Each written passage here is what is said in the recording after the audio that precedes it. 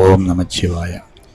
இப்போ பார்த்துக்கிட்டு இருக்கிறது கொடுமுடி மகுடேஸ்வரர் ஆலயத்திற்கு முன்னால் இயற்கை தன் ஆற்றலை வெளிப்படுத்தக்கூடிய நீர்நிலை காவேரி பெரும் ஆறு.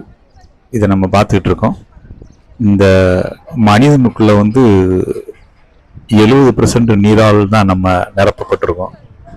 அதே மாதிரி இந்த உலகத்தில் 75% நீரால் தான் நிரம்பி இருக்கு. அதை சுத்தமாவையும் அதை நல்லா பாதுகாக்கிறதும் நம்மளுடைய கடமை. பிரபஞ்ச ஆற்றல்னு சொல்லக்கூடிய நீர், நெருப்பு, காற்று, ஆகாயம், பூமி, இந்த 5 சிவன்ன்றது தான் நம்முடைய ஆன்மீகத்தினுடைய அடிப்படையான ஒரு ஆன்மீகம். அதை நம்ம சுத்தமாக வைக்காம கோயில் கோயிலாக ஏறி இறங்குவது நம் பக்தியில் சிறப்படையக்கூடிய சூழ்நிலையை உருவாக்காது.